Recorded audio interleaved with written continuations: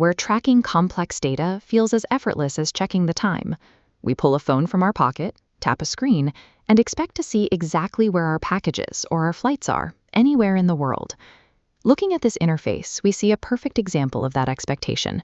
It is a standard flight tracking application. Right now, we are looking at flight IGO 6506, an Indigo jet on final approach to Chandigarh. To a systems engineer, this interface represents a highly abstracted data visualization. The clean icons mask a vast, decentralized telemetry network operating across multiple layers of physics and digital infrastructure. To prove this, we are going to isolate a very specific cluster of data.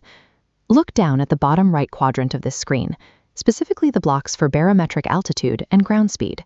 By tracing these two exact numbers backward, from these glowing pixels on a screen, all the way to the physical airframe, we will map the invisible architecture that makes global aviation tracking possible. True technical literacy requires looking past the polished user interface. To understand the software, we have to understand the severe physical constraints of the hardware generating this data in real time. For decades, air traffic monitoring relied almost entirely on primary radar.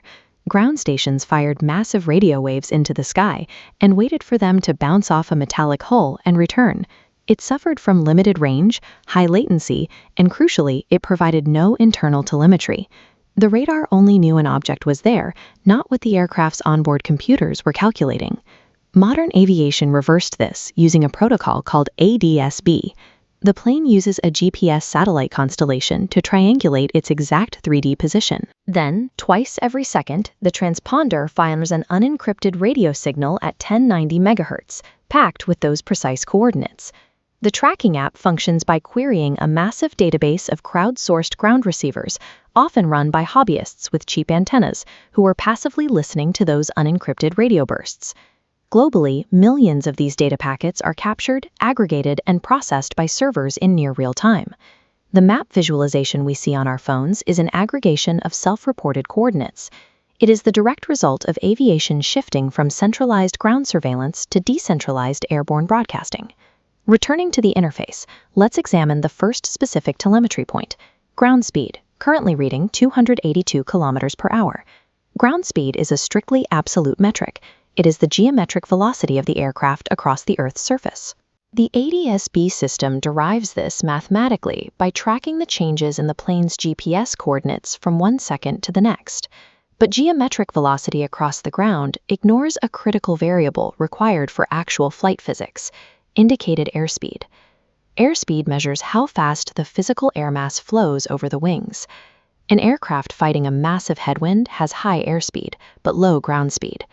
Conversely, a plane riding a tailwind has a low airspeed, but covers the physical ground very quickly. Pilots and airframe computers prioritize airspeed because aerodynamics dictate survival. Lift is generated by the physical flow of air. If airspeed drops too low, regardless of how fast the plane is moving over the ground, the wings stall and the aircraft falls. Yet the app's database actively strips out this vital aerodynamic data and chooses to display ground speed to the consumer instead. Looking right next to the speed block, the reason for this software decision becomes clear. The ground speed dictates the estimated time of arrival, showing this flight arriving in exactly 1 minute. Data presentation is entirely context-dependent. The application selects kinematics over aerodynamics because the end user is tracking a logistical arrival time, not sitting in the cockpit operating an aircraft. Now look at the bottom right of the interface. This data point, barometric altitude, is the most counterintuitive number of the entire screen. The ADS-B system is already calculating a highly precise 3D position using satellites. So why is the app deliberately displaying an altitude derived from a barometer, a 19th century technology measuring air pressure? The answer lies in the physical reality of our atmosphere. The air above us is not a uniform blanket. It is a constantly shifting fluid ocean, with pressure varying wildly depending on localized weather. Because of this shifting pressure, relying on purely geometric GPS height is incredibly dangerous for air traffic control.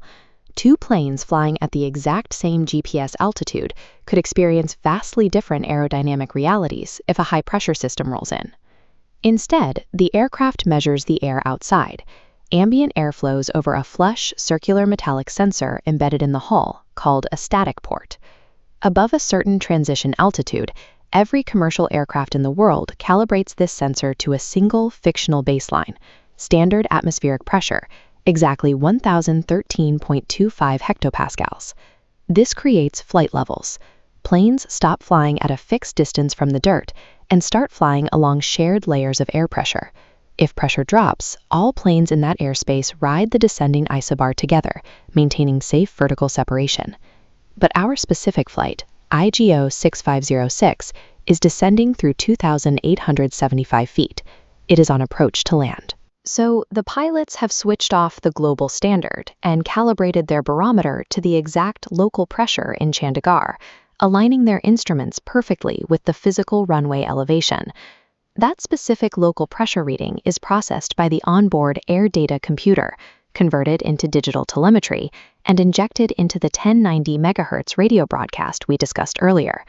In highly complex systems, a perfectly accurate absolute metric, like GPS altitude, is frequently less useful than a shared, standardized relative metric. The barometer prevents collisions, the GPS cannot. Looking at the entire interface again, we can now see the complete pipeline. It starts with the precise physical measurement of rushing ambient air striking a metal static port on an Airbus A320.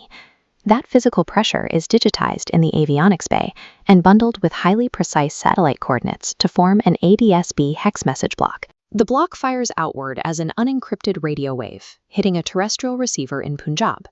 The receiver pushes the packet to a cloud server, where an API strips the hex code, translating it into the human-readable tail number. The data survives an immense, chaotic physical reality, weather fronts, radio frequency interference, supersonic aerodynamics, just to arrive as perfectly organized static pixels on